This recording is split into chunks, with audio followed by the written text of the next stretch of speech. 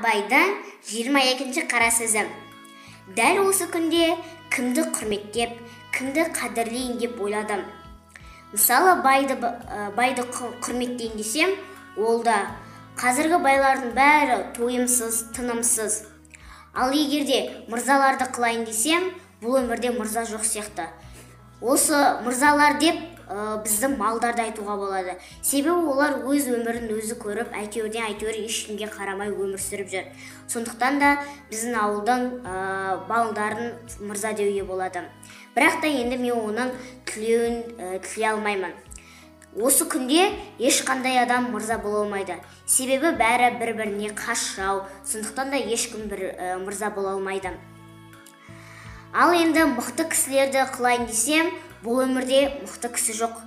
Себебі бәрі жамандылыққа есті.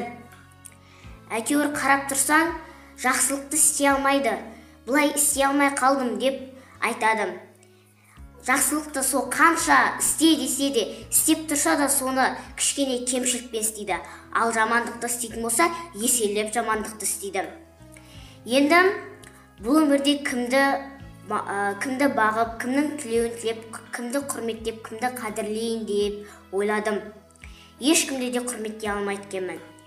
Енді ырыс баққан дау бақпас деген мақалмен осы момын болып жүрген байларды құрметтемесем болмайды. Олардан басқа адамды таппадым.